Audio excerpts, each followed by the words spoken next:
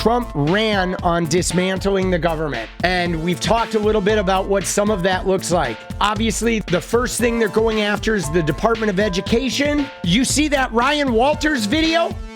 Dude, you ready? This is why they want the Department of Education gone, guys. It's going to be the end of the First Amendment. He directed all public school teachers in his state to play this video for the students. If you wonder why they're getting rid of the Department of Education, it's so they can do this. It's hard to watch, boss. But bear with me. Here we go. We've also seen patriotism mocked and a hatred for this country pushed by woke teachers unions. We will not tolerate that in any school in Oklahoma. We want our students to be patriotic. We want our students to love this country. And we want all students' religious liberty to be protected. I will now say a prayer. And to be clear, students, you don't have to join. But if you so wish, I'm going to go ahead and pray. Dear God, thank you for all the blessings you've given our country. I pray for our leaders to make the right decisions. Dude! I pray in particular for President Donald Trump and his team as they continue to bring about change to the country.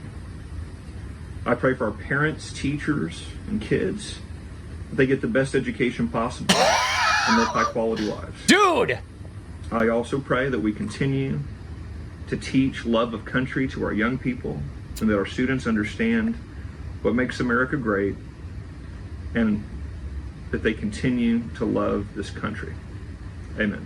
Dude, what the f is that, bro? Like, honestly, this is 2024 America, and this is all too real. Think about the implication of this. Let's just hone in on this. This is a public school system. This is the school system that is supposed to educate people and get them prepared to be adults and be able to be capable, functioning members of society. He's now got a video he's putting out there that is specifically focusing on implying that there's a singular style of what it means to be a patriot. That, to me, is really problematic. You know what I'm saying? That there's an identifiable way of classifying patriotism. Like, I presume to him, if you're a MAGA person, that means you're a patriot. Right? But if you're a person whose patriotism believes in advancing like social issues, you're woke and you're not a patriot. You hate America. But like, no offense.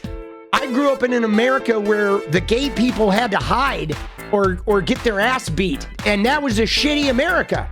So a whole bunch of us who love America fought in the late 80s and the 90s and the early 2000s to have an America where our gay friends and relatives wouldn't have to get their asses beat. And we did it because we love America, not because we hate America. But this implication that there's a type of patriotism that needs to be taught, teaching kids to love their country. I mean, loving your country means you want your country to be better. You're willing to evolve and grow and change and whatever. But so that's part one. This infusion of patriotism, like our public schools going to become like pro-America education camps, like the Indian boarding schools. Remember that shit? That's what we're going to have now. Our public schools are like patriot training. Bro, that's weird. And then how he says, you know, he's going to say a prayer and he's like, you don't have to pray with me. You just have to be subjected to it. After he talks about, you know, religious liberty, he says a prayer, and then he says a prayer specifically for Donald Trump, bro. Which is, you know, trying to what? Identify to kids that Donald Trump is this person that God is helping. Dude, this shit is so weird, bro. Not to mention the fact that they put these flags like behind his desk. That's weird. Nobody has flags just sitting behind their desk chair between them and a table. This whole shit is so creepy, bro. Dude, prayer cannot be in schools. I mean, here's the thing. Even if you want to have the idea of religion, you look at religion and people who want to believe in it, people who want to engage in it, they want to go to church, they want to devote their life to the principles of religion. We are all for that. That is fine. That's available to you. You're allowed to do that. But when you move it into the public realm, like a public school, It's like you can't prove that shit is true. You know, if there was some school administrator that thought the Harry Potter universe was real and accurate and thought that there were muggles out in the world, they would be allowed to live like that, but that doesn't mean they can base their public school education on that. We shouldn't have anything in school being taught that doesn't have some sort of factual basis. You want to teach factual things? You want to teach kids how to like meditate or do yoga? There can be a zillion self-help things. You want to study religions, the history of religions? Fine. Have a history of religion class when they get older and look at how they're created. But this idea that you can take a religion, a book, a Bible, a whatever, a Torah, you know what I mean, a Quran, any book that is not based in provable fact, and you're going to bring that and the ideology around it into a school is wild. It's wild. It's weird because you notice how they've enabled this. They've followed a very careful plan to get to this prayer in school. And what they've done is they did it by trying to maintain that the expansion of civil rights and, you know, having gay, straight student alliances or celebrating Pride Month to make the LGBTQ kids welcome, that is somehow an ideology, which is pretty ridiculous to think that acknowledging gay people's existence and saying, you're welcome, we love you, we accept you, that's not an ideology. It's like, there's blonde people in the world too. Blonde people are welcome. There's people with red hair. Red-haired people are welcome. There's no crime. It's not a sin to have red hair. You're born with some genetics that gave you red hair. Or maybe you have blonde hair and you dyed it reddish brown because you like the way redheads look. Doesn't matter. You're a redhead. You're welcome. Doesn't matter what color hair you are. Should be the same with sexual identity. It does not matter. Whether you're blonde, brunette, redhead, gay, straight, non-binary, none of that shit matters. It's not an ideology that people dye their hair. If somebody's born blonde and they decide they want to dye their hair brown, there's not a brown hair ideology. They simply don't want to be blonde. They're choosing to be brown. So what? It doesn't matter. But these religious people have created this idea that any gender change or any sexual identity change is an ideology, but it's not. An ideology is something that has rules you have to live by in order to, you know, seek salvation. Religious ideologies that say that you have to bow down before a cross or follow the 10 commandments or, you know, read scripture and pray and give your money to the church. That's an ideology. When you have to base your entire existence around a set of rules and a set of beliefs shared with a giant group that then also becomes a point of political and personal power, that's an ideology. Capitalism is an ideology because it's an entire system of being where you have to participate in it. Or if you don't participate in it, you die. If you don't participate in Christianity, you're gonna burn in hell. But like a man having feelings toward another man is not an ideology. A straight man who's not attracted to men at all could go out and have sex with the man and it wouldn't impact his life materially at all. There's no ideology there.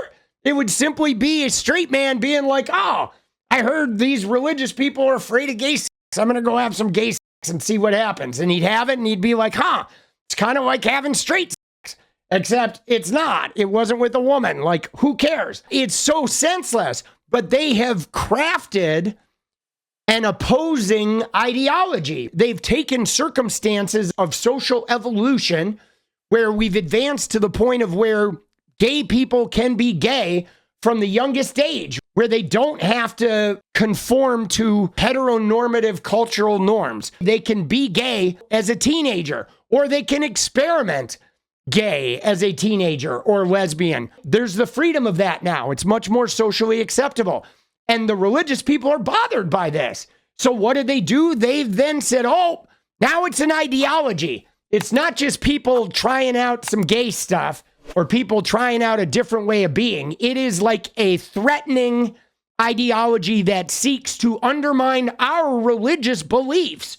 So therefore, because there's this woke threat that is now out there in the community, we need to take our religious stuff and we need to put it in there and make sure it exercises its dominance. And that's what they've done. They've done it in a carefully crafted way. And again, when it comes to the Department of Education, the reason why the Department of Education exists, one, it provides some resources to the states. Two, it protects the state's students and teachers from being discriminated against. And three is they prevent states from doing this kind of crap, which is, infringing upon people's First Amendment rights and defying the, non-establishment of religion clause.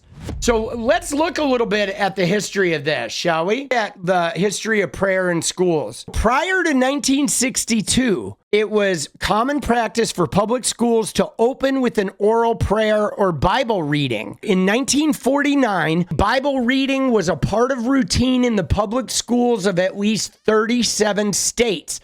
In 12 of the states, Bible reading was legally required by state laws. In 1960, 42%, holy cow, dude, of school districts nationwide either tolerated or required Bible reading, and 50% reported some form of homeroom daily devotional exercise. That's crazy. I'm actually a little bit surprised by this. I mean, I knew it was around, but I didn't realize that it was that pervasive. I didn't realize that it was 42% of the school districts in 1960. That's just before my generation. The New York Board of Regents developed a prayer recommended for school districts under its purview. The prayer was relatively short. Almighty God, we acknowledge our dependence on thee, and we beg thy blessings upon us, our parents, our teachers, and our country.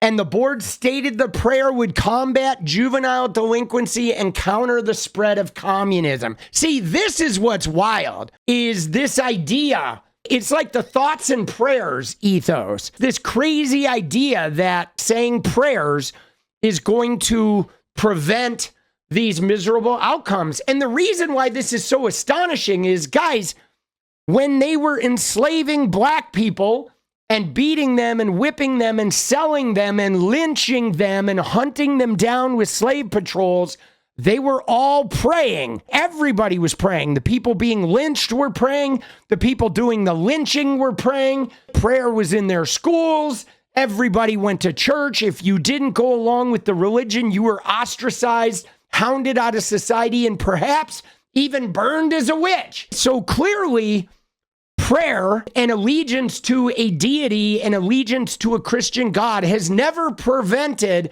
any type of horrors from happening. And in fact, some of the worst people ever and the worst crimes against humanity ever committed were committed by pious, devoutly religious people carrying out the Bible to the best of their ability. So this idea that prayer is going to fix juvenile delinquency and counter the spread of communism is ridiculous. Or thinking that praying is going to help gun violence in schools. And see, this is really hard because I feel like we've really failed at this in general. I mean, if you look now, there are hundreds of anti-LGBTQ bills in state legislatures all over the country, and they are all completely intertwined with religious people. There was that Alabama IVF ruling where they talked about God and quoted the Bible in a judicial ruling. So they're quoting this unprovable religious theory in the state Supreme Court's ruling about a very real medical procedure. Dude, that's mind-blowing. So as of 2019, religious prayer can still be seen in public schools across America. In a nationally representative sample of 1,800 teens, 12% from the South say that they have had a teacher lead their class in prayer. And there you go. There's still evangelicals in the South that have been interjecting prayer in school. And we saw the football coach who was doing it with his team or whatever. And believe it or not, I've felt like sports has been one of those scenarios, sports is like an on-ramp for Christianity. I mean, I've always been bothered by it. I see these athletes who win a big game and they come out there and say, yeah, God just blessed me with the career performance to win this game. And it's like, no, he didn't. Like, even if there is a God, you think he just blessed you personally and decided to fuck over everybody on the other team? That God just looked at that football game and decided, no, I'm going to help this guy have a career game and win so he can get millions of dollars and have more like political power in the world. And I'm going to fuck over everybody else. Like, are you shitting me? Like, there's no way, dude. If there is a God, if he's not preventing children from dying into disease and gunfire and preventing young kids from being molested by their parents and their uncles and their priests, if he's not intervening for them, you think he's showing up to help you win a football game? Like, bro, I mean, that's mental. Think about that. How mental is that?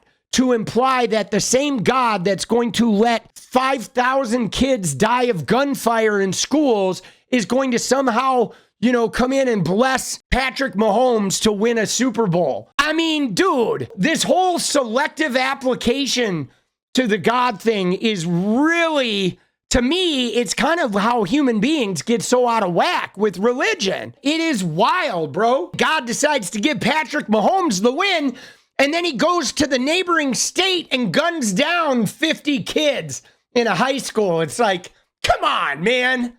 Like, listen to yourselves, Christians. It's like, oh, God let everybody die at, Marjorie Stoneman Douglas High School, and then he blessed 𝗤𝗢𝗪 to throw 3 touchdowns the following Sunday.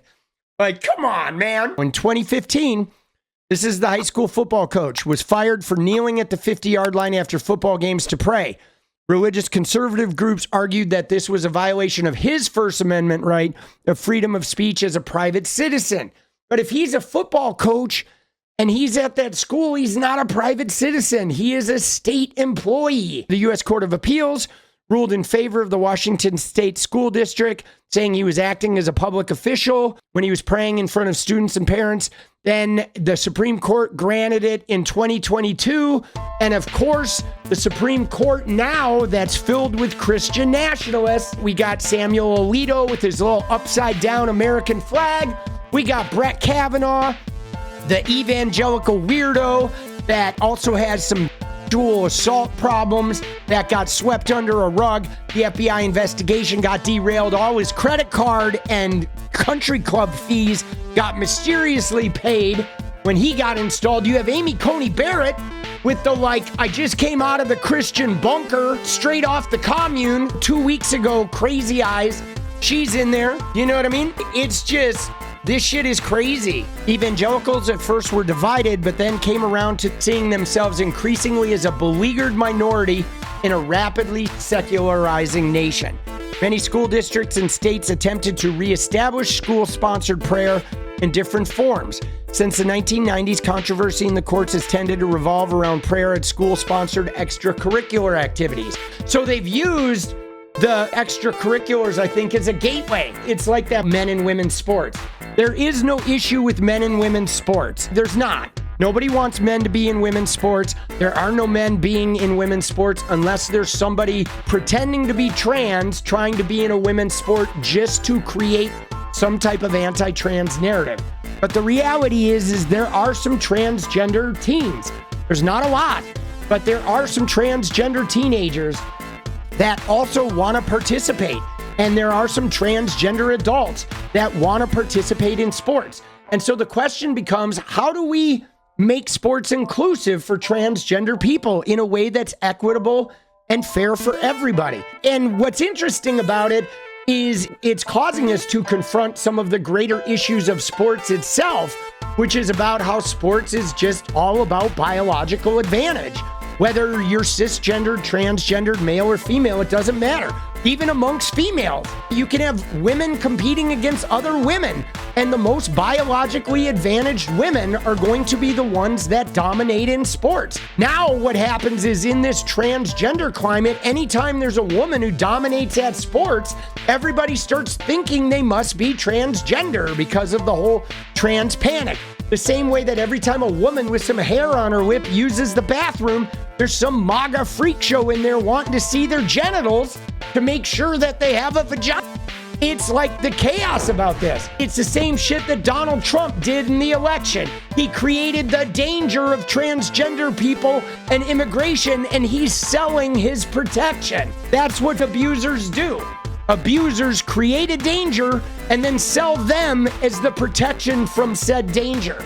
That's how you identify abusers. That's why the whole Republican Party are full of abusive men, because that's their whole ethos. Ultimately, that's what abusers do. They come to you and they sell you that this group of people is dangerous, but I'm not. I'm the strong man who's going to protect you from all that, and I'm the only guy who can really protect you from it. So you better listen to me, you better vote for me, you better hire me. Dude, it's like textbook, bro. Dude, that shit is textbook. It really is. Textbook abuser, Abuser 101.